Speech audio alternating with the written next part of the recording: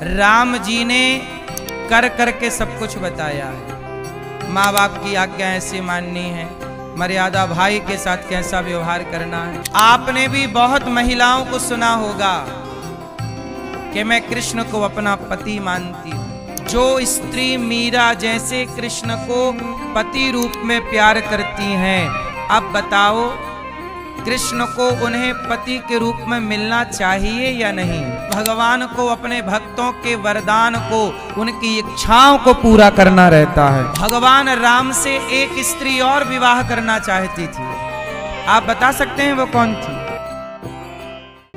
राम जी कौन है? मर्यादा पुरुषोत्तम। और कृष्ण जी कौन है? लीला पुरुषोत्तम। राम जी मर्यादा का आचरण किए हैं और कृष्ण जी लीला का आचरण किए।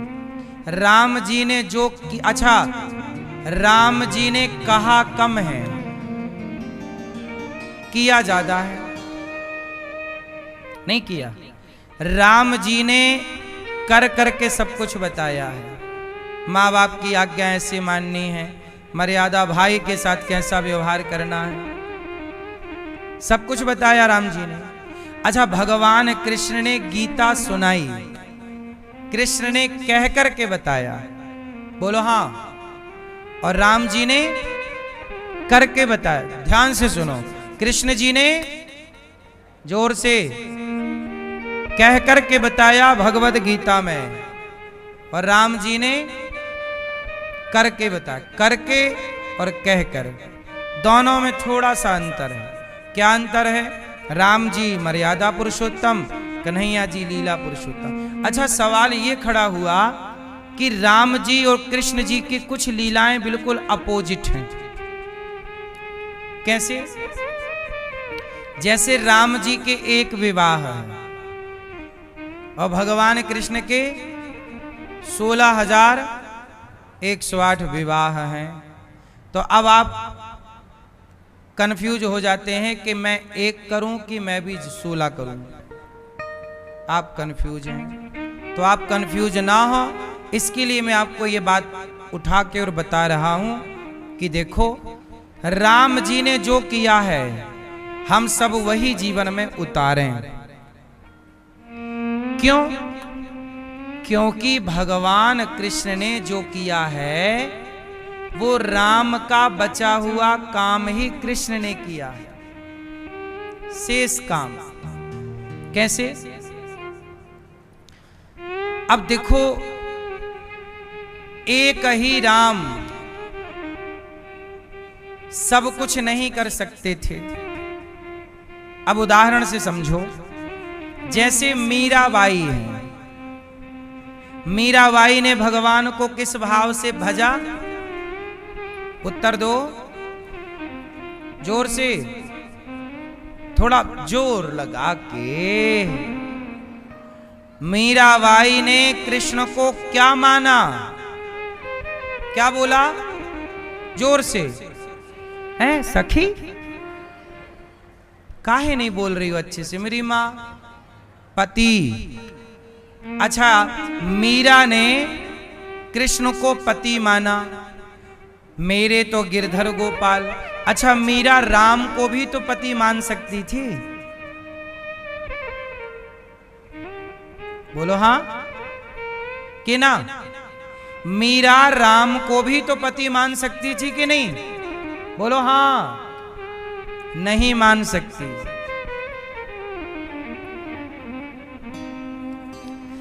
आपने भी बहुत महिलाओं को सुना होगा कि मैं कृष्ण को अपना पति मानती हूं, लेकिन आपने ये ना सुना होगा कि कोई ये कहे कि मैं राम को अपना पति मानती हूं। सही है गलत है?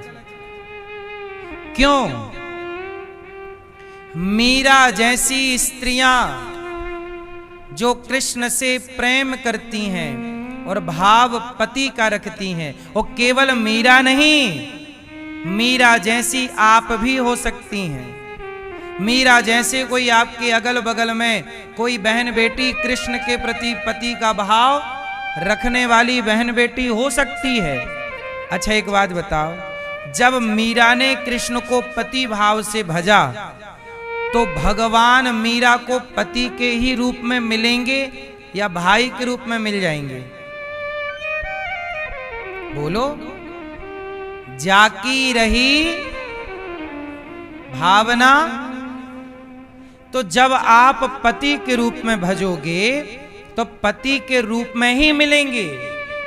और एक बात और समझ लो, आप राम को भी पति के रूप में भजेंगे तो राम भी आपको या कृष्ण बनकर मिलेंगे या कोई और अवतार लेकर के मिलेंगे। राम के रूप में आपको राम पति के रूप में नहीं मिलेंगे।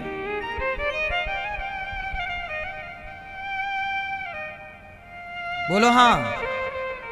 तो आप लोगों से मैं एक सवाल करता हूं कि सतयुग में, त्रेता में, द्वापर में और इस कलयुग में जो स्त्री मीरा जैसे कृष्ण को पति रूप में प्यार करती हैं, अब बताओ कृष्ण को उन्हें पति के रूप में मिलना चाहिए या नहीं? उत्तर दो, उत्तर दो, बोलो। मिलना चाहिए कि नहीं? भाई मीरा को कृष्ण पति रूप में मिलने चाहिए कि नहीं? जोर से।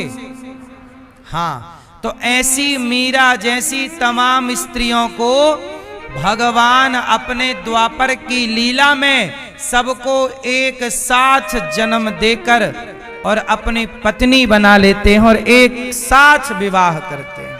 और वही कृष्ण 16,108 विवाह, ये युगों युगों की वही स्त्रियां थीं जो प्रभु को पति रूप में भजती थी। तो भगवान को ये भी करना पड़ता, भक्ति की ये कामना है तो पूरी कौन करे? बोलो हाँ। तो इसलिए भगवान राम एक पत्नी के साथ रह गए पर भगवान कृष्ण नहीं रह सकते थे। क्यों? क्योंकि भगवान को अपने भक्तों के वरदान को, उनकी इच्छाओं को पूरा करना रहता है। अब मीरा की इच्छा पूरी करना भगवान का धर्म है, क्योंकि उसने भजा ही पति के भाव से। तो उसे भाई की तरह तो मिल नहीं सकते, पिता की तरह तो मिल नहीं सकते, उसे पति भाव से ही भजा, जाकी रही भावना जैसी। अब राम के बारे में दो आप कथा सुनो, छोटी छोटी। राम को दो लोगों ने सीता मां के अतिरिक्त पति के रूप में चाहा। ध्यान से सुनना। और भी लोगों ने चाहा, मैं और थोड़ा विस्तार कर दूं। जब राम विवाह करने गए सीता मैया से तो जनकपुर में जितनी स्त्रियां थीं उनमें से कुछ स्त्रियों ने राम को इसी भाव से देखा, क्या ये मेरे पति होंगे? तो उन्हें राम तो पति रूप में नहीं मिल सकते, तो उनकी इच्छा थी तो उनको अगले द्वापर में गोपी बनाए और कृष्ण पति रूप में मिल गए। बोलो हाँ। तो त्रेता की लीला पूरी कब हो रही है? अब मैं दो नाम और बताता हूं आपको जो आपको भी याद होंगे, नहीं होंगे तो याद कर लेना। राम के जमाने में एक स्त्री विवाह करना चाहती थी। एक को तो आप जानते हो, क्या नाम है? हैं? सूपनखा। बोलो हाँ। तो अब सूपनखा से तो राम विवाह कर नहीं सकते, लेकिन उसकी इच्छा है तो भगवान इच्छा भी अधूरी नहीं छोड़ते भक्त की। तो वही सूपनखा अगले जन्म में कुब्जा बनी। हाँ, कुब्जा। और भगवान ने कुब्जा पर कृपा की। एक तो ये छोटी सी बात। अब एक बड़ी बात सुनो। भगवान राम से एक स्त्री और विवाह करना चाहती थी। आप बता सकते हैं वो कौन थी? सूपनखा के अतिरिक्त राम जी से एक स्त्री और विवाह करना चाहती थी। बताओ कौन? कौन?